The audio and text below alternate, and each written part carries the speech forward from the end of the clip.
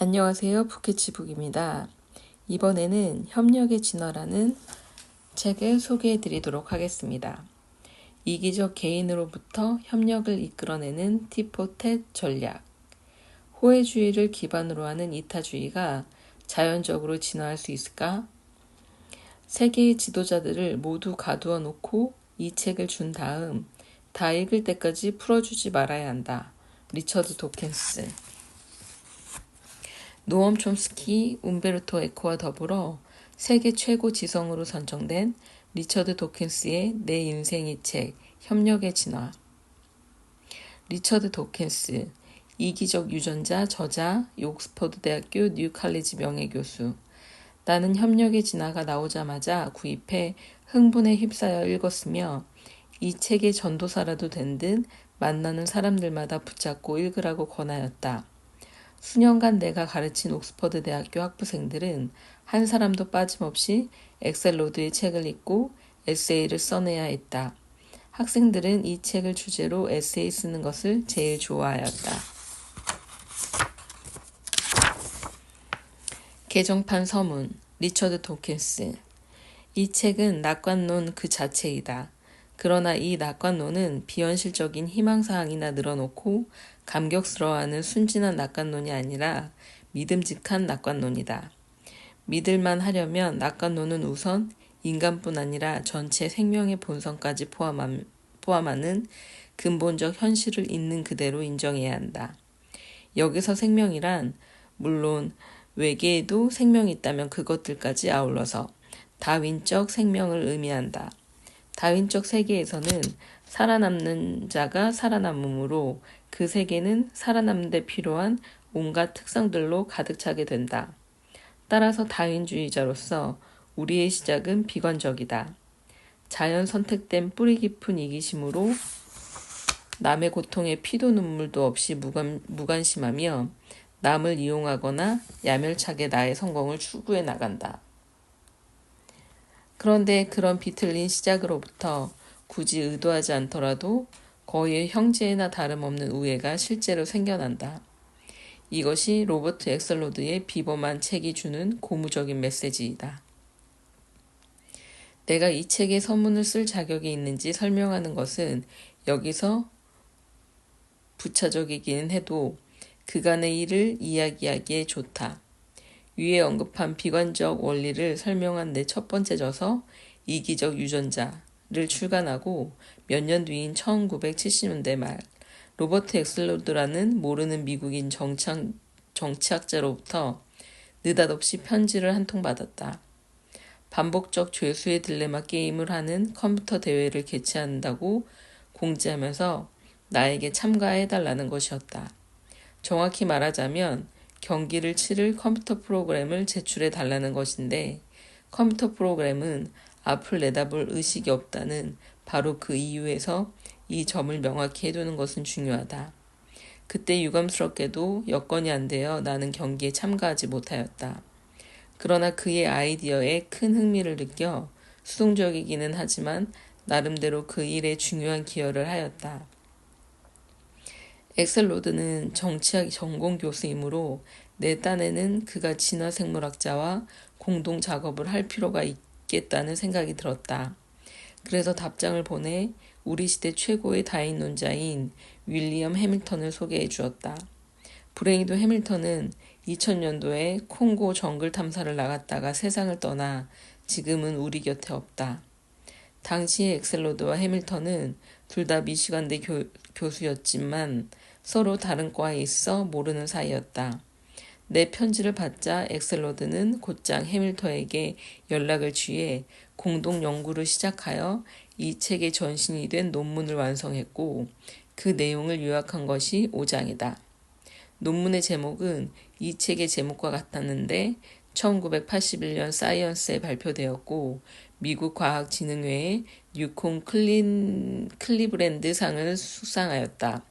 협력의 진화, 미국 초판은 1984년에 출간되었다. 나는 책이 나오자마자 구입해 흥분에 휩싸여 읽었으며 이 책의 전도사라도 된 듯 만나는 사람들마다 붙잡고 읽으라고 권하였다. 수년간 내가 가르친 옥스퍼드 대학교 학부생들은 한 사람도 빠짐없이 엑셀로드의 책을 읽고 에세이를 써내야 했다. 학생들은 협력의 진화를 주제로 에세이 쓰는 것을 제일 좋아하였다. 그러나 이 책은 영국에서는 출판되지 않았다. 어차피 책이란 매체는 애석하게도 텔레비전에 비해 영향력이 적다. 그래서 1985년 BBC 방송의 제러미 테일러가 엑셀로드의 책을 바탕으로 하는 프로그램 호라이즌의 해설자로 출연해 달라고 제안해 왔을 때 나는 기꺼이 수락했다. 우리는 그 다큐멘터리 제목을 맘씨 좋은 녀석이 1등한다로 정했다. 나는 축구장, 영국 공업단지 한가운데 있는 학교, 폐허가 된 중세수녀원, 감기 예방접종을 실시하고 있는 클리닉, 1차 세계대전 참호 모형과 같이 낯선 현장에서 내 대사를 말해야 했다. 맘씨 좋은 녀석이 1등한다는 1986년 봄 처음 방영되어 호평을 받았고 매우 성공적이었다. 미국에서는 이 프로가 한 번도 방영되지 않았는데 내 알아듣기 힘든 영국 억양 때문 아니었나 싶다. 내 프로 덕에 나는 잠시 용서, 너그러움, 착한 마음씨 등을 설파하는 공식 대변인과 같은 대접을 받았다. 그것은 적어도 무척 다행스러운 일이자 내용보다 제목의 힘이 얼마나 막강한지를 보여준 유익한 교훈이었다. 내가 이전에 낸 책 제목이 이기적인 유전자라 나는 그동안 마치 이기주의 옹호자라도 된 듯 여겨지던 터였기 때문이었다. 이번 다큐멘터리는 제목이 맘씨 좋은 녀석이 1등한다여서 이번에 나는 미스터 나이스가이로 환영받았다.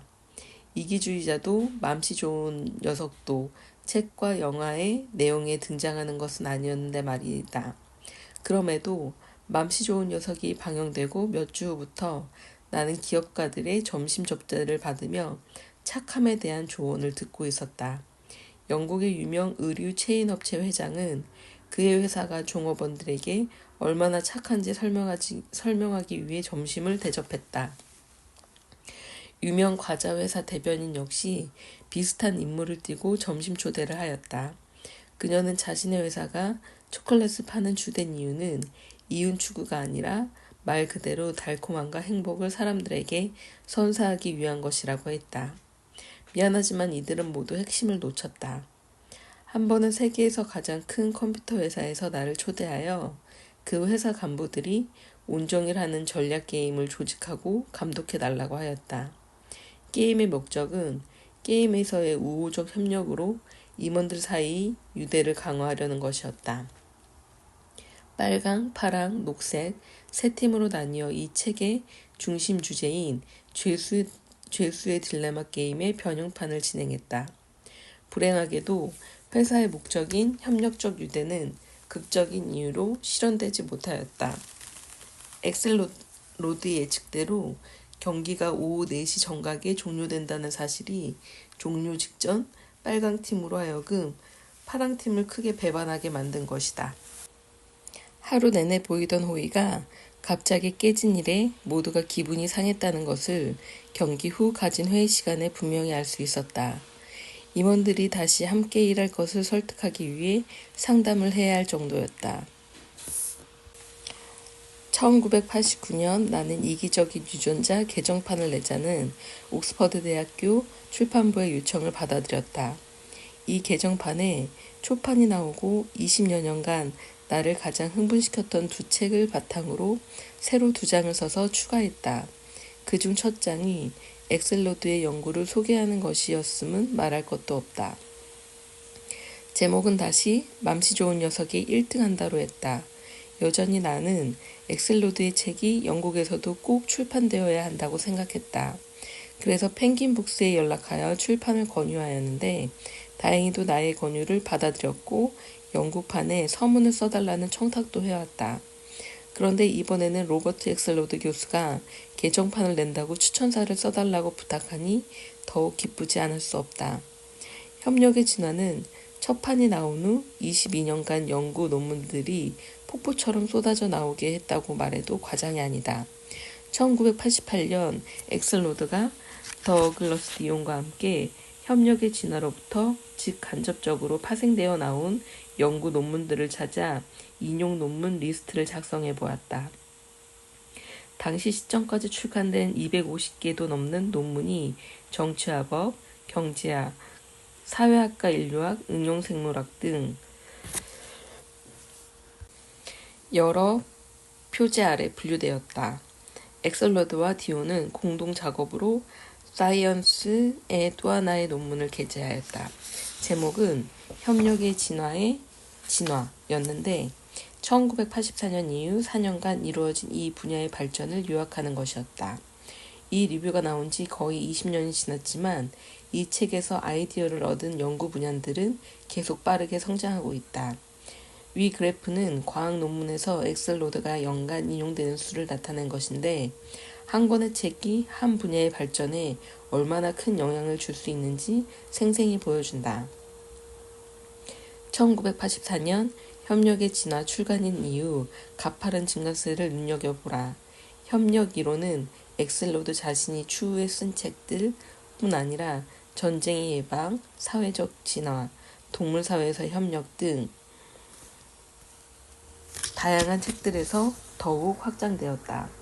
그러나 넘치는 새로운 연구들을 살펴보면서 내가 놀라는 것은 결국 협력의 진화의 기본 결론은 변함이 없다는 것이었다. 늙은 뱃사람처럼 나는 지난 세월 학생들, 동료들 혹은 스쳐가는 수많은 사람들에게 이를 강조해왔다. 나는 지구 위 모든 사람이 이 책을 공부하고 이해한다면 이 행성이 더 살기 좋은 것이 되리라고 굳게 믿는다. 세계의 지도자들을 모두 가두어 놓고 이 책을 준 다음 다 읽을 때까지 풀어주지 말아야 한다.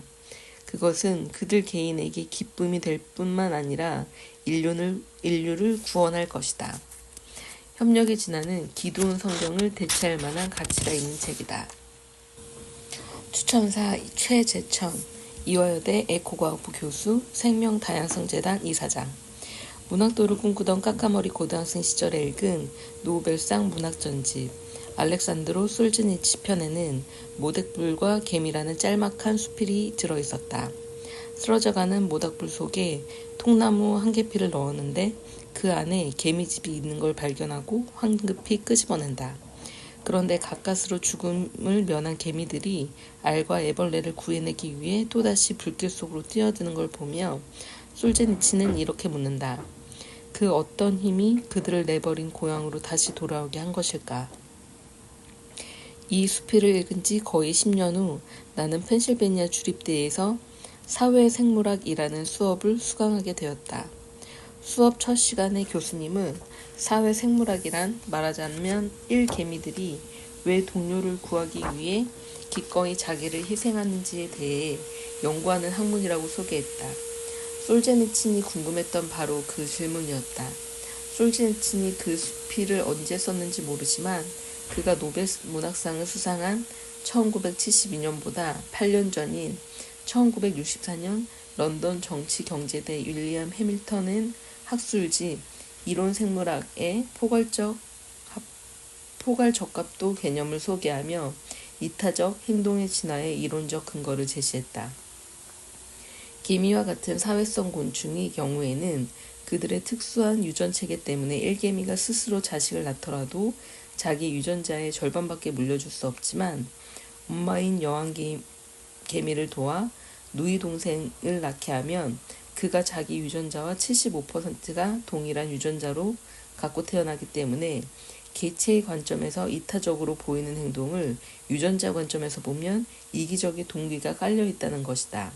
이런 이타성의 진화를 흥미롭게 설명한 책이 바로 리처드 도킨스의 이기적 유전자이다. 유전자를 공유하는 가족 간에 벌어지는 이타적 행동은 해밀턴의 포괄적합도 이론으로 비교적 가지런히 설명되지만 우리는 종종 알지도 못하는 남을 위해 기꺼이 헌혈을 하고 때로는 위험천만한 불구덩이 속으로 뛰어든다. 이 문제에 대해서는 윌리엄 해밀턴이 하버드대에서 초빙 교수로 일하던 시절 그곳에서 박사학위를 받은 로버트 트리버스가 새로운 해결책을 내놓았다. 해밀턴의 이론이 친족 이타주의를 설명한다면 트리버스는 호혜성 이타주의의 진화에 대한 이론을 제시한 것이다. 트리버스는 미래의 보답을 기대하며 남에게 도움을 주는 일종의 계약 이타주의 덕택에 인간을 비롯한 많은 동물들의 사회성이 진화했다고 설명한다. 이타적 호혜성이 진화하는 데에는 서로 교류하는 개체들이 유전적으로 연관된 친척일 필요가 없기 때문에 훨씬 폭넓은 경우에 두루 적용될 수 있다. 심지어는 교류하는 개체들이 같은 종에 속할 필요도 없다. 충직한 개들은 주인인 인간을 구하려 위험을 무릅쓴다. 교류하는 두 개체가 평생 단 한 번밖에 만나지 않는다면 도움을 받고 난 다음 보답할 기회가 없기 때문에 호혜적 관계가 성립하지 않는다. 서로의 존재를 인식하고 도움을 받았다는 사실을 기억할 수 있어야 하며 서로의 만남이 비교적 빈번해야 협력의 관계가 진화될 수 있다. 거대한 가족으로 이뤄진 개미, 꿀벌, 흰개미 등 사회성 곤충의 경우가 아니더라도 개체들 간의 교류가 빈번한 사회라면 협력 관계는 충분히 진화할 수 있다. 서울에 거주하는 사람이라면 한강에 빠진 사람을 구하려 들 수 있지만 어느 날 우연히 베트남을 여행하던 중 메콩강에 빠져 허우적거리는 사람을 발견하더라도 쉽사리 뛰어들지 못한다. 내가 또 언제 베트남을 방문하게 될지도 모르고 훗날 메콩강에 빠질 확률도 매우 낮을 뿐더러 내가 구한 그 사람이 정작 내가 빠졌을 때 마침 그 강변을 거닐 확률은 더더욱 낮기 때문이다. 인간 사회에서 호혜성 이타주의의 예는 차고 넘친다. 1971년 트리버스의 이론이 등장한 지 6년이 지난 1977년에야 드디어 다른 동물 사회에서도 그 예가 보고되기 시작했다. 인간이 아닌 다른 영장류에서 첫 예로 보고된 크레이그 패커의 올리브 비비 연구에 이어 제럴드 월킨슨의 흡혈 박쥐 연구가 보고되어 특별한 주목을 받았다. 이타적 협력의 진화가 어떻게 시작되고 유지될 수 있는지 청소 놀래기를 예를 들어 설명해 보자. 열대지방 산호초 생태계에는 다른 물고기들의 몸을 깨끗이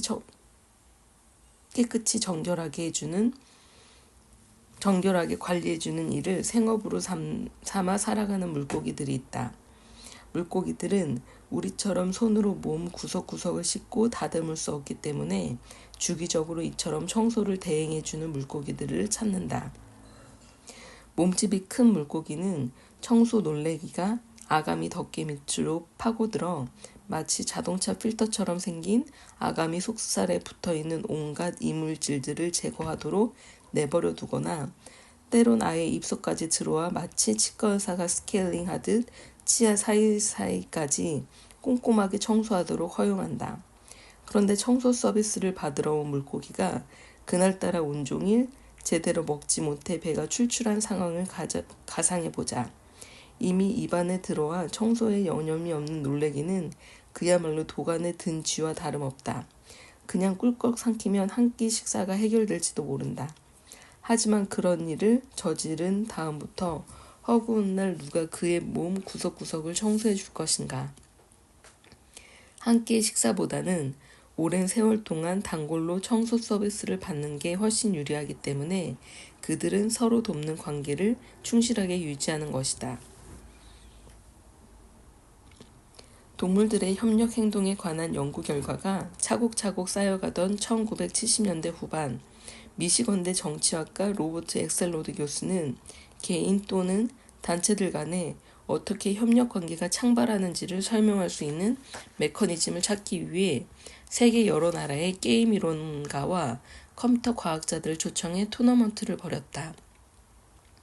이때 러시아 태생의 미국 수학심리학자 아나톨 라포포트는 티포텟이라는 매우 직관적이고 단순하게 짝이 없는 전략을 제출하여 뜻밖의 가장 탁월한 성적을 거뒀다. 엄청나게 길고 복잡한 지시 명령들로 이뤄진 수많은 컴퓨터 프로그램들과 뚜렷하게 대비되게 단 4줄로 정리된 티포텟 프로그램은 그 길이만큼 지극히 간단 명료했다. 우선 처음에는 무조건 협조하며 관계를 시작한 다음 상대의 전략을 그대로 따라하는 전략인데 놀랍게도 경합했던 모든 전략들을 물리치고 가장 우수한 성적을 기록했다. 세계 각국의 학자들을 동원해 게임을 하겠다는 엑셀로드의 발상도 기발했지만 거기에 지극히 단순한 프로그램을 가지고 도전해 우승한 라포포트의 해안도 남달랐다. 이른바 반복적 죄수의 딜레마 상황에서 게임 이론이 분석한 가장 탁월한 전략은 상대가 누구든 가리지 않고 일단 협조적으로 관계를 맺은 다음 이어지는 모든 관계에서는 그야말로 눈에는 눈, 이에는 이 식으로 대응하는 전략이다. 어떻게 이렇게 무식하리만치 단순한 전략이 가장 효율적인 결과를 창출하는지 신기할 따름이다.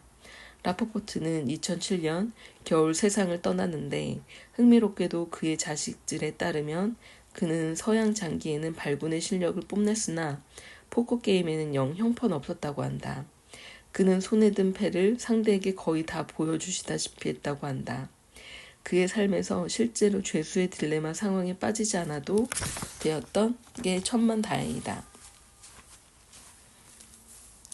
엑셀로드가 토너먼트에 초대한 학자 명단에는 이기적 유전자를 저술한 리처드 도켄스도 포함되어 있었다. 그러나 게임 이론가도 아니고 컴퓨터 프로그램이나 수학 모델을 활용하여 연구하는 생물학자가 아닌 도켄스는 엑셀로드에게 대신 미시건대 생물학과에서 교수로 재직하고 있던 탁월한 이론 생물학자 윌리엄 해밀턴을 소개했다. 도킨스가 주선한 엑셀로드와 해밀턴의 만남은 환상적인 협업으로 이어졌다. 두 사람의 공동 연구는 1981년 과학저널 사이언스의 협력의 진화라는 제목으로 발표되어 엄청난 주목을 받으며 그해 말 미국 과학진흥회가 최우수 논문에 수여하는 뉴컴 클리블랜드상을 수상했다. 바로 이 무렵 나는 펜실바니아 주립대에서 석사학위를 취득하고 하버드대, 예일대, 미시건대 박사과정에서 입학 허가를 받아들고 어느 대학으로 진학할지 고심하던 중이었다. 세 대학 중 내가 단연 1순위로 고려하던 대학은 다윈 이래 가장 위대한 생물학자로 추앙받던 해밀턴 교수가 있던 미시건대였다. 1982년 겨울 나는 해밀턴 교수의 초청으로 미시건대를 방문했다. 거의 일주일 동안 해밀턴 교수님 댁에 머물며 밤마다 그와 마주 앉아 포괄적합도와 사회성 진화, 다윈의 성선택 이론과 기생의 진화, 게임 이론과 협력의 진화 등 참으로 다양한 주제에 관해 담소를 나눴다. 웬만한 생물학자로에게는 먼 발치에서 그의 얼굴 한번 보는 것도 크나큰 영광인 마당에 매일 밤 그의 거실에서 토론한 경험은 내 삶을 통틀어 가장 소중한 추억으로 남아있다.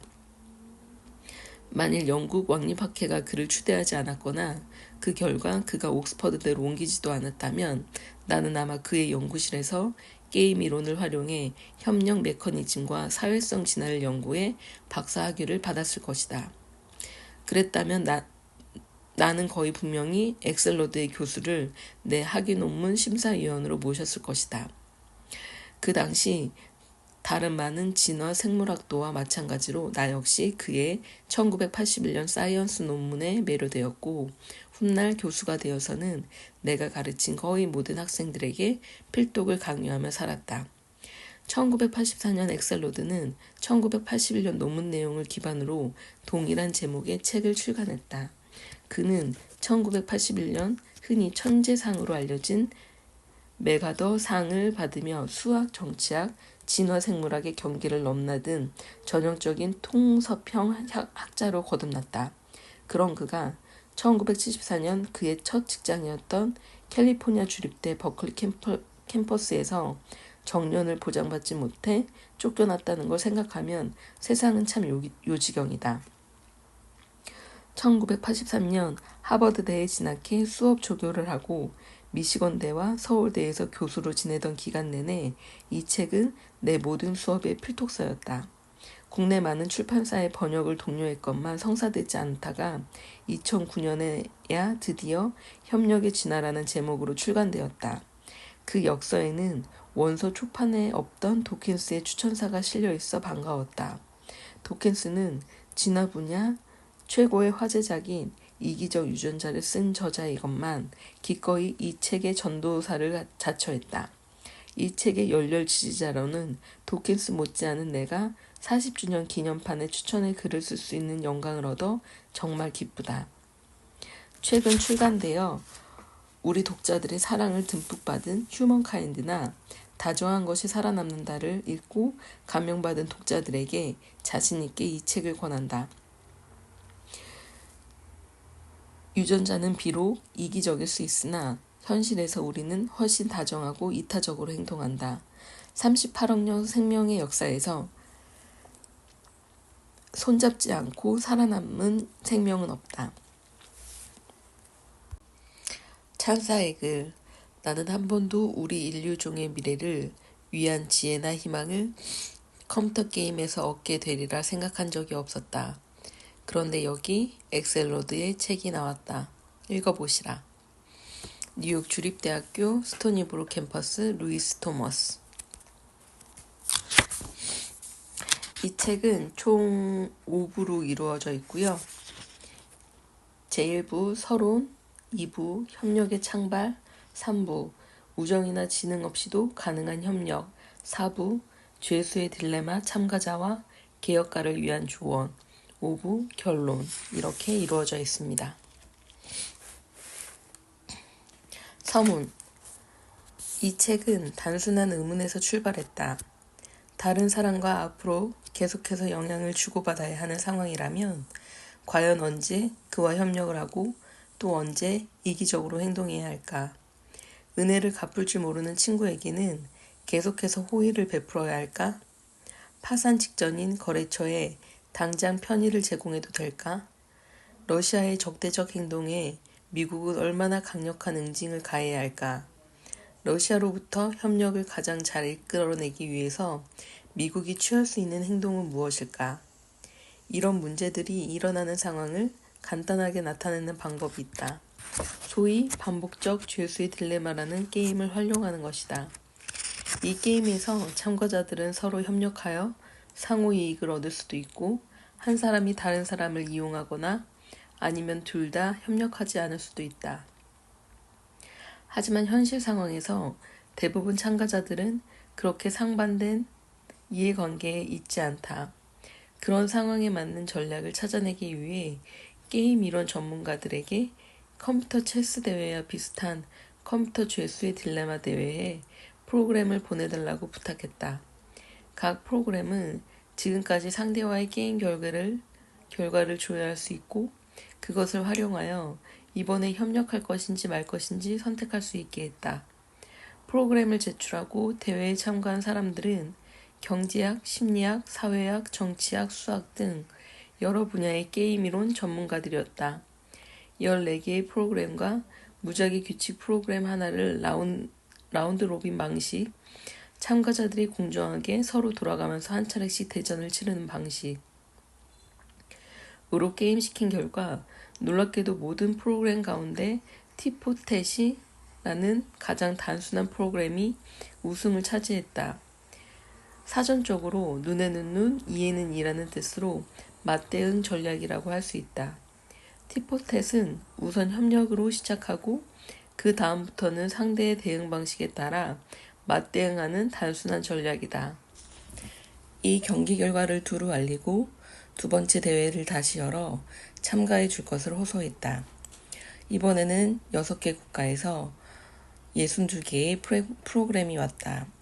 참가자들 대부분은 컴퓨터를 취미로 하는 사람들이었지만 첫 번째 경기 때 참가했던 분야 외에 진화생물학, 물리학, 컴퓨터과학 분야의 교수들도 있었다. 1차 대회 때와 마찬가지로 상당한 복잡한 프로그램도 제출되었다. 티포텟 자체를 향상시킨 시도도 몇 개 있었다. 물론 1차 대회의 승자인 토론토 대학교의 아나톨 라퍼포드 교수도 다시 티포텟을 출전시켰다. 티포텟은 또 우승했다. 뭔가 매우 흥미로운 일이 일어나고 있었다.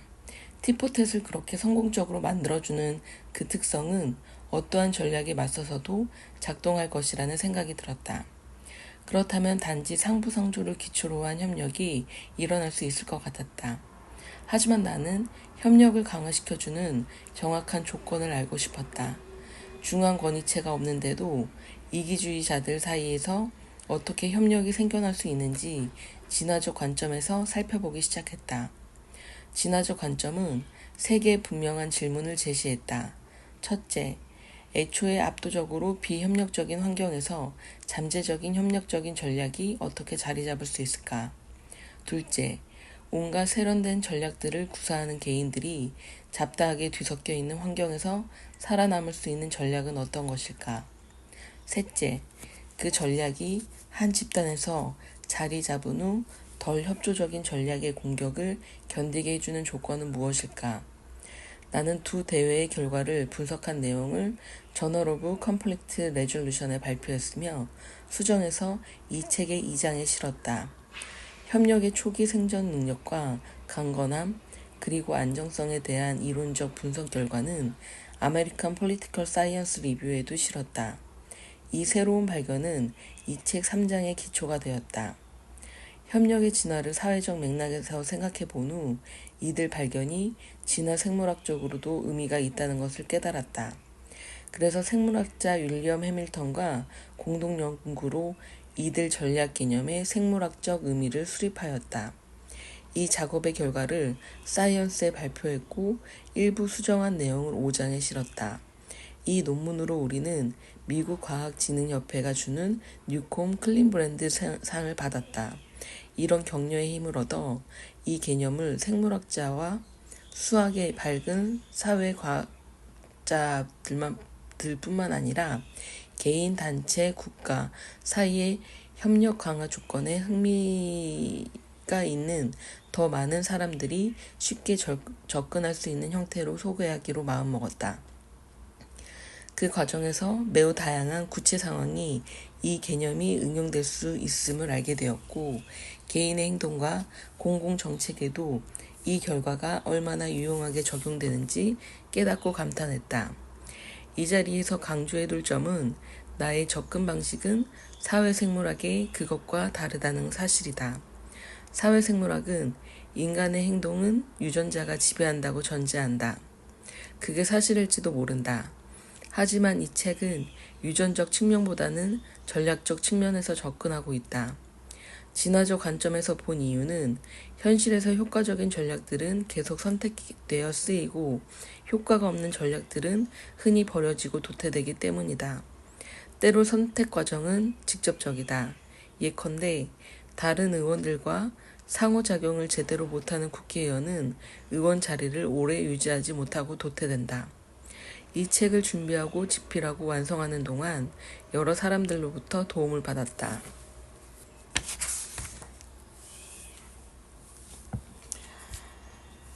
제1부 서론 협력, 무엇이 문제인가? 중앙 권위체가 없는 이기주의자들로 가득 찬 세상에서 도대체 어떤 조건일 때 협력이라는 행동이 나타날까? 이 문제는 오랜 세월 동안 사람들의 흥미를 끌어왔다. 그도 그럴 것이 사람들은 천사가 아니며 가능한 자기 이익부터 먼저 챙기는데도 인류 사회의 협력이라는 행위가 나타났으며 이 협력을 바탕으로 문명이 만들어졌기 때문이다. 개인이 이기적으로 행동하는 것이 유리한 상황에서 어떻게 협력 행위가 나타날 수 있었을까? 이에 대해 각자가 가진 대답은 사람들과의 사회적, 정치적, 경제적 관계에서 어떻게 생각하고 행동할지에 영향을 미치게 마련이다. 또한 서로 얼마나 협력할 준비가 되어 있는지에 큰 영향을 미친다. 300여 년 전에 토머스 홉스는 가장 유명한 대답을 했다. 매우 비관적이었다.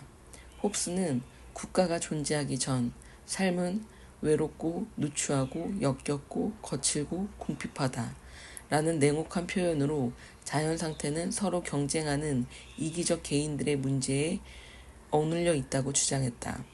중앙 권위체가 없는 한 협력은 절대로 나타날 수 없으며 따라서 강력한 정부가 필요하다는 게 그의 관점이었다.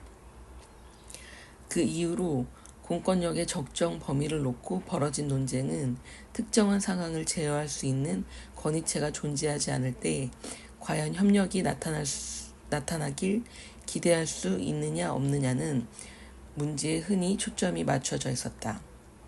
오늘날 여러 국가들은 중앙 권위체가 없는 상황에서 영향을 주고받고 있다. 따라서 협력이 창발되는 조건은 국제 정치의 수많은 주요 쟁점들과 관련이 있다. 가장 중요한 문제는 안보에 관한 딜레마다. 각 국가들이 자국의 안보를 구하는 수단은 흔히 다른 나라들에는 안보에 위협이 된다. 그래서 지역 갈등이 대두되고 군비 경쟁이 가속화되기도 한다. 국제 관계와 관련해 동맹국 사이의 경쟁, 관세 협상, 키프로스와 같은 지역들에서 나타나는 자치권 분쟁 등의 형태로 문제가 나타난다. 1979년 구소련의 아프가니스탄 침공은 미국에게 전형적인 선택의 딜레마를 안겨주었다. 미국이 이전과 다름없이 아무 일도 없었다는 듯이 행동한다면 구소련은 미국의 이런 태도에 고무되어 그 뒤로 더욱 비협조적으로 나올 게 분명했다. 나아가 미국 역시 협력을 축소하거나 포기한다면 양국 관계는 손상될 것이고 서로 보복이 이뤄지면서 적대적 관계가 형성될 게 분명했다. 외교 정책을 놓고 국내에서 벌어지는 논쟁의 많은 부분은 바로 이런 유형의 문제와 관련이 있다. 사실 많은 논쟁을 할 수밖에 없다. 상대방의 손을 잡느냐 아니면 뿌리치느냐는 선택은 워낙 어려운 문제이기 때문이다. 일상생활에서는 다음과 같은 고민을 할 수 있다. 친구가 나의 초대에 대한 답례로 나를 한 번도 초대하지 않는다면 그를 계속 초대해야 할까? 기업에서 이사직에 있는 사람들은 서로 편익을 주고받는다. 기자는 정보원이 흘려준 기사를 크게 다루어 준다. 다음에도 그 사람에게서 유용한 정보를 얻어낼 수 있으리라고 기대하기 때문이다. 어떤 산업 분야를 두 개의 거대 기업이 과점하고 있을 때 이들은 적정 가격보다 높은 가격을 상품에 매긴다. 비록 소비자는 피해를 입을지 몰라도 두 기업 모두 상대 기업이 함께 높은 수익을 얻는 길을 선택할 것이라고 믿기 때문이다. 미국 상원에서도 전형적인 형태의 협력 행동을 찾아볼 수 있다. 모든 상원의원은 지역구 유권자 눈에 유능한 인물로 비춰야 할 동기가 있다. 이렇게 비치기 위해서 다른 상원의원을 얼마든지 희생양으로 삼을 수 있다. 하지만 이런 상황이 서로의 이해가 완전히 상충하는 제로섬 게임의 상황인 경우는 거의 없다. 이 두 명의 상원의원이 서로에게 도움이 되는 행동을 선택할 기회는 널려 있다. 이렇게 서로에게 도움이 될 수 있는 행동들 때문에 상원에서는 매우 정교한 규정이나 관습이 형성되었다. 이 가운데 가장 중요한 것이 바로 호혜주의의 원칙으로 의원들끼리 대가 형식으로 도움을 주고받는 관습이다. 투표 교환이 대표적이기는 하지만 서로 봐주는 형태가 너무도 일상적이고 광범위해서 호혜주의가 상원에서 살아가는 방식이라고 해도 결코 과장이 아니다. 워싱턴 정가가 늘 이랬던 것은 아니다. 초기에는 그들을 바라보는 시선이 매우 비판적이었다. 파렴치하고 믿을 수 없으며 거짓, 사기, 배반이 이들의 특징이라고 했다. 그러다 1980년대에 호혜주의가 정착했다. 지난 20년 동안 상원은 탈중심적이고 개방적이며 권력 분산적인 방향으로 큰 변화가 있었으나 호혜주의 관습은 누그러지지 않았다. 곧 보게 되겠지만 호혜주의에 입각한 협력이 생겨나고 안착된 것은 의원들이 더 정직해지고 더 관대해지고 공공정신이 더 함양되었기 때문이 아니다. 의원들은 각자의 이익을 추구하는 것뿐이었는데도 협력은 창발했다. 이 책에서는 우선 이익을 추구하는 개인들이 어떻게 행동하는지 조사한 다음 그것이 전체 시스템에 어떤 영향을 미치는지 분석한다. 다시 말하자면 개인의 동기에 대한 몇 가지 가정을 세우고 이것이 전체 시스템의 행동을 어떻게 이끄는지 추론한다. 미국 상원은 아주 좋은 사례로 똑같은 추론 방식을 다른 체계나 조직, 사회에도 얼마든지 적용할 수 있다. 이런 분석과 적용을 하는 목적은 유용한 협력 이론을 마련하는 데 있다. 협력을 가능하게 하는 조건들을 이해함으로써 특정 상황에서 협력을 개발하고 강화하는 데 필요한 적절한 조치를 취할 수 있기 때문이다. 이 책에서 제시하는 협력 이론은 사회 구성원들에게 강제적으로 협력을 강요하는 중앙 권위체가 없는 상태에서 이익을 추구하는 이기적 개인들에 대한 연구와 조사를 바탕으로 한다.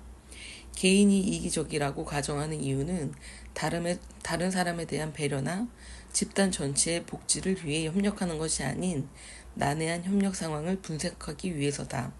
하지만 이러한 가정은 사실 그렇게 제한적이지 않음을 분명히 짚어둘 필요가 있다. 예컨대 누나가 동생이 잘 되기를 바란다면 누나의 이기심은 동생이 잘 되기를 바라는 마음까지 포함한다고 할 수 있다. 그러나 이것이 두 사람 사이에 잠재한 갈등의 소지를 다 없애는 것은 아니다. 마찬가지로 어떤 국가가 우방 국가들의 이익을 고려해 행동할 수 있지만 그렇다고 우방 국가들이 서로의 이익을 위해서 언제나 협력한다는 의미는 아니다.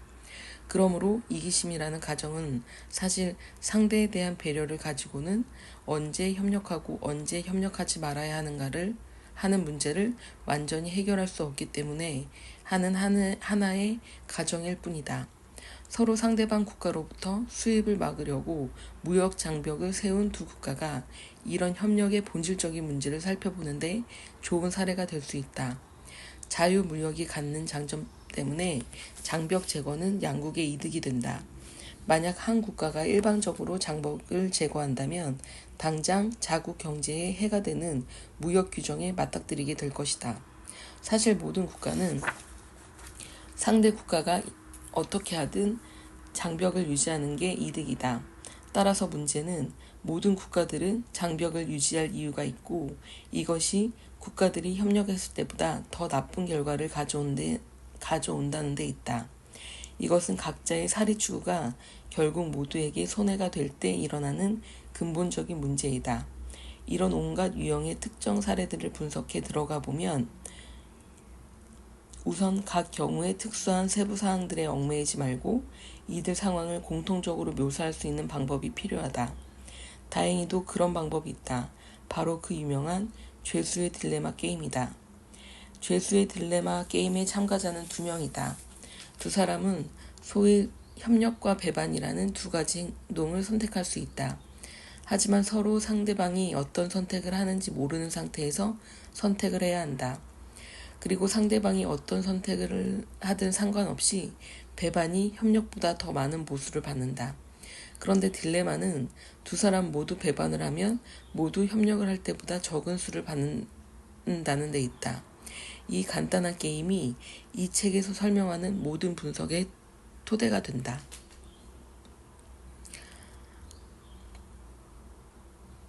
이 게임의 원리는 A 경기자의 협력이나 배반은 가로행에 쓴다. B 경기자의 선택은 세로열에 표시한다. 두 사람의 선택에 따라서 나타날 수 있는 경우의 수는 4가지다. 두 사람이 모두 협력을 선택하면 두 사람은 R이라는 상호 협력에 대한 보상을 받는다. 이 표에서 든 예에서 보상은 3점이다. 예를 들면 선택에 대한 보수로 $3씩 받는다고 생각해도 된다. 한 경기자가 협력을 하고 다른 경기자가 배반을 하면 배반을 한 경기자는 T라는 배반의 유혹으로 5점을 받고 협력을 한 경기자는 S라는 머저리의 빈손으로 0점을 받는다. 두 사람 모두 배반을 하면 P라는 상호 배반에 대한 처벌로 둘 다 1점을 얻는다. 자, 당신이라면 이런 게임에서 어떤 선택을 하겠는가? A 경기자인 당신은 B 경기자가 협력을 선택할 것으로 생각한다고 가정하자. 이 경우 당신이 얻을 수 있는 결과를 행렬의 윗부분 2칸 가운데 하나다. 선택은 당신에게 달려있다. 협력을 선택해서 상호 협력에 대한 대가로 3점을 얻을 수도 있고 배반을 선택해서 5점을 얻을 수도 있다. 아무튼 상대가 협력할 것이라고 생각한다면 당신은 배반을 선택하는 게 낫다. 상대가 배반을 선택할 것으로 생각한다고 가정하자. 이 경우 당신이 얻을 수 있는 결과는 행렬 아랫부분 2칸 가운데 하나다. 즉 협력을 해서 0점을 얻거나 배반을 선택해서 상호 배반에 대한 처벌로 1점을 얻는 것이다. 이 경우에도 당신은 배반을 선택하는 게 유리하다. 네 가지 경우의 수를 모두 살펴본 결과 상대방이 협력을 선택할 것으로 생각되어도 당신은 배반을 선택하는 게 유리하고, 상대방이 배반할 것으로 보여도 당신은 배반을 선택하는 게 이득이다. 즉, 상대방이 어떤 선택을 하든 상관없이 배반을 선택하는 게 언제나 유리하다는 뜻이다. 여기까지는 좋다. 문제는 상대 경기자도 똑같은 논리에 따라 선택을 한다는 데 있다. 당신이 어떤 선택을 하든 상관없이 상대 역시 배반을 선택한다. 이렇게 되면 당신과 상대방 모두 배반을 선택하게 되고, 이 경우 두 사람이 모두 협력을 선택할 때 얻을 수 있는 보수인 3점에 못 미치는 1점밖에 얻지 못한다.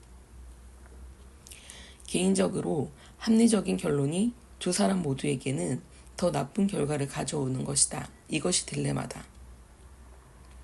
죄수의 딜레마는 협력하면 둘 다 이득인데도 각자 자신에게 최선의 선택을 하다 보면 결국 상호 배반이 일어나는 매우 흔하고도 극히 흥미로운 여러 상황을 추상적으로 단순하게 모형화한 것이다.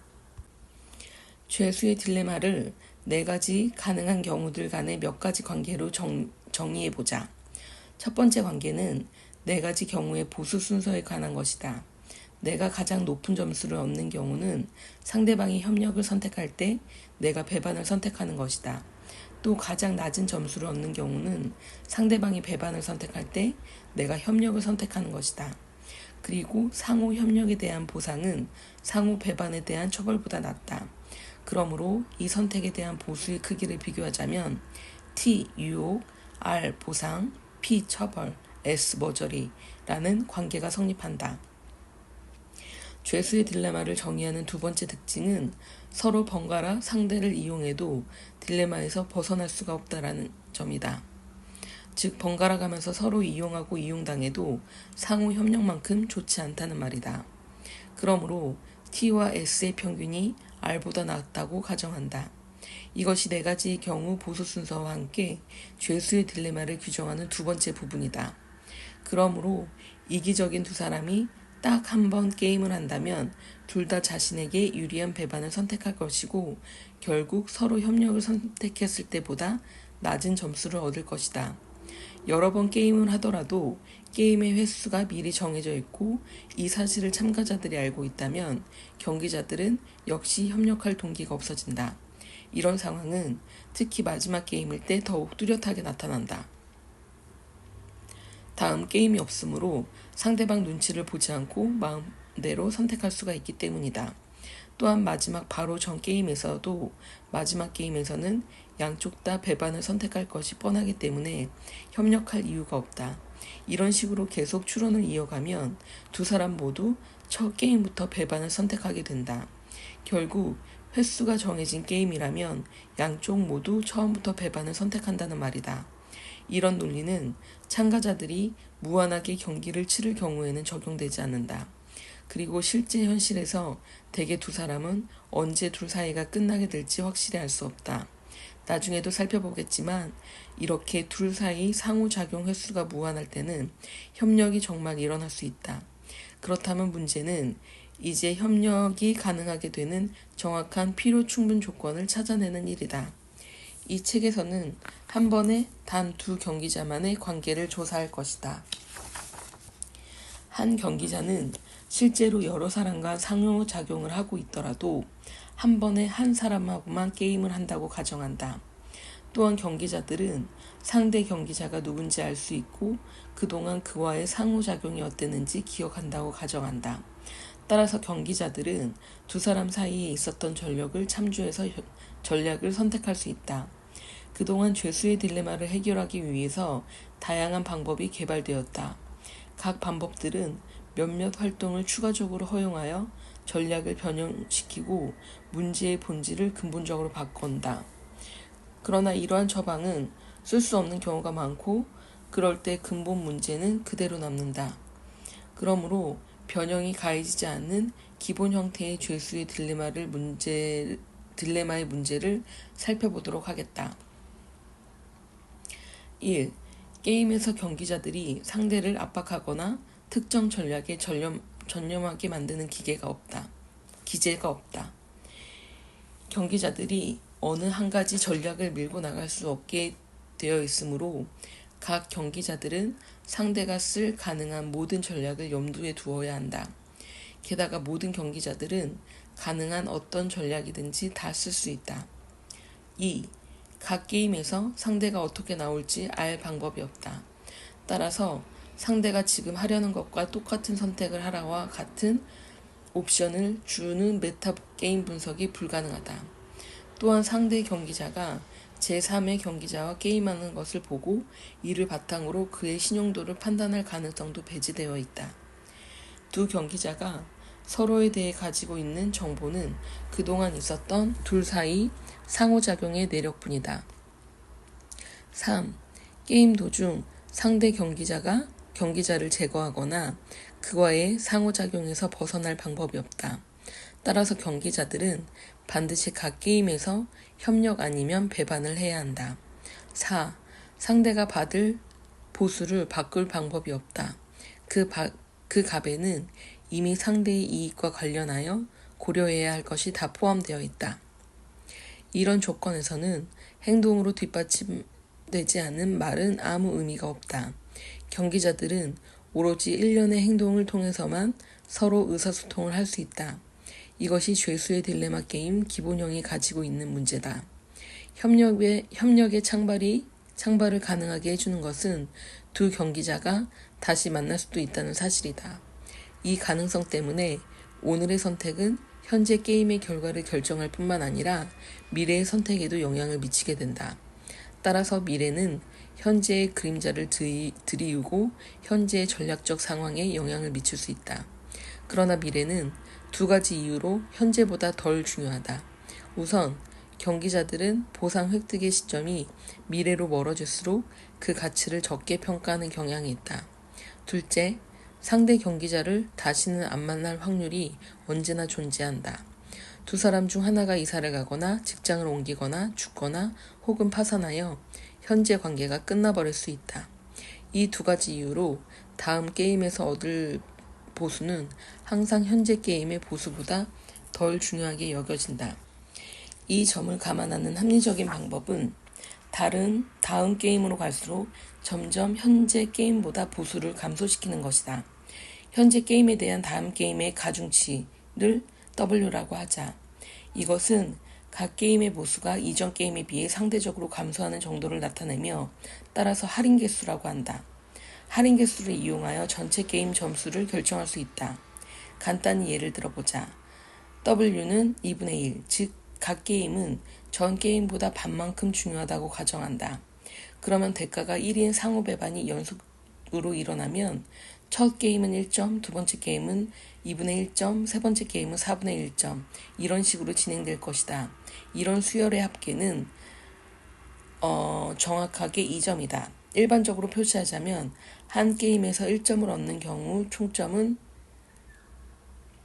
여기서 아주 중요한 사실은 W가 0보다 크고 1보다 작을 경우 이 무한급수의 합은 간단히 1-W분의 1이 된다는 것이다. 조금 다른 경우를 예를 들어보자. 각 게임이 이전 게임의 90%의 가치가 있고 1점짜리 배반이 무한히 계속될 경우 총 점수는 1분의 W분의 1은 1-0.9분의 1, 0.1분의 1는 10점이 된다. 마찬가지로 W가 역시 0.9점이고 3점짜리 상호 협력이 연속될 경우에는 총 점수는 이것의 3배, 즉 30점이 된다. 이제 두 경기자가 상호작용을 하는 예를 들어보자. 한 경기자는 항상 배반의 원칙, 올 딜을, 상대 경기자는 티포텟 전략을 따른다고 가정해보자. 티포텟은 첫 게임에는 협력하고 그 다음부터는 항상 상대가 바로 전에 하는 대로 하는 전략이다. 상대가 배반하면 나도 다음 게임에서 반드시 배반한다는 뜻이다. 항상 배반하는 경기자는 상대 경기자가 티포텟 전략을 쓸 때 첫 게임에서는 T, 유혹을, 그 다음부터는 연속적으로 P, 처벌을 얻을 것이다. 그러므로 올디 전략을 쓰는 자가 티포트 전략을 쓰는 경기자와 게임할 때 얻는 값은 첫 게임의 T, 두 번째 게임의 WP, 셋째 게임의 W제곱 P 이것들의 합이다. 올디나 티포텟이나 둘 다 하나의 전략이다. 전략이란 어떤 상황에서 어떻게 할지에 대한 특정 선택이다. 그 상황 자체는 그동안 진행된 게임 내용에 따라서 결정된다. 따라서 몇 가지 유형의 상호작용이 있은 뒤에 협력을 전략으로 채택할 수도 있고 배반을 채택할 수도 있다. 뿐만 아니라 각 게임에서 협력이나 배반의 확률이 반반일 경우 확률에 따라 완전히 무작위 선택을 하는 전략을 채택할 수도 있다. 혹은 다음에 어떻게 할지 여태까지 게임의 내용을 되짚어보고 찾아낸 유형에 따라 다음 게임에서 상대가 어떻게 행동할지 예측하는 좀 더 정교한 전략을 마련할 수도 있다. 예를 들면 이런 것이다. 각 게임에서 마르코프 과정 같은 복잡한 계산을 거쳐 상대방의 거동을 무용한 후에 베이지안 분석, 과거에 이미 알려진 사실 또는 분석자의 주관을 넣어 데이터를 분석하는 통계적 방법론 같은 고급 통계적 추론 방법으로 장기적으로 보아 최상인 선택을 하는 것이다. 혹은 여러 전략들을 복잡하게 조합한 전략을 마련할 수도 있다. 누구나 가장 궁금한 것은 최상의 전략은 어떤 것인가 일 것이다. 다시 말하자면 어떤 전략이 가장 높은 점수를 얻게 해주느냐는 것이다. 좋은 질문이지만 곧 보게 되듯이 상대 경기자의 전략과 상관없이 독립적으로 언제나 최상인 전략 같은 것은 없다. 이런 점에서 반복적 죄수의 딜레마 게임은 체스와 같은 게임과는 전혀 다르다. 체스 고수는 상대가 최강수를 둘 것이라고 가정해도 틀림이 없다. 체스 같은 게임에서는 경기자들의 이익이 완전히 상충하기 때문에 이런 가정을 바탕으로 전략을 짠다. 그러나 죄수의 게임에서 일어나는 상황은 좀 다르다. 두 경기자의 이해관계가 완전히 상반되지 않는다. 두 경기자는 서로 협력하여 보상 R을 받아 함께 좋을 수도 있고 서로 배반하여 벌 P를 받아 둘 다 낭패를 볼 수도 있다. 상대는 언제나 내가 가장 두려워하는 수를 쓸 것이라고 가정하면 상대가 무슨 일이 있어도 협력하지 않을 것이라고 생각하게 되고 따라서 배반을 하게 되어 끝없는 배반의 벌이 이어질 것이다. 따라서 체스에서와는 달리 죄수의 딜레마에서는 상대 경기자가 무조건 나를 꺾으려 한다고 가정하는 것은 바람직하지 않다. 사실 죄수의 딜레마 게임에서 최상의 전략은 상대 경기자가 어떤 전략을 쓰고 있는지, 특히 그 전략에 상호 협력이 발전될 여지가 있는지에 전적으로 달려있다. 이 원칙은 현재 게임에 비해 다음 게임의 중요도가 충분히 커서 미래가 중요해야 함을 의미한다. 다시 말하자면 할인 개수 W가 충분히 커서 총 보수에 합산할 때 미래의 비중이 커야 한다. 물론 상대 경기자를 다시 만날 것 같지 않거나 혹은 미래 보수에 신경 쓰지 않는다면 지금 배반을 선택하고 앞날의 결과는 신경 쓰지 않아도 된다. 이로부터 첫 번째 정식 명제가 나온다. 미래가 중요한 경우 단독으로 최선인 전략은 없다는 슬픈 내용이다. 명제 1. 할인 개수 W가 충분히 클 경우 다른 경기자가 쓰는 전략과 독립적으로 최선인 전략은 존재하지 않는다.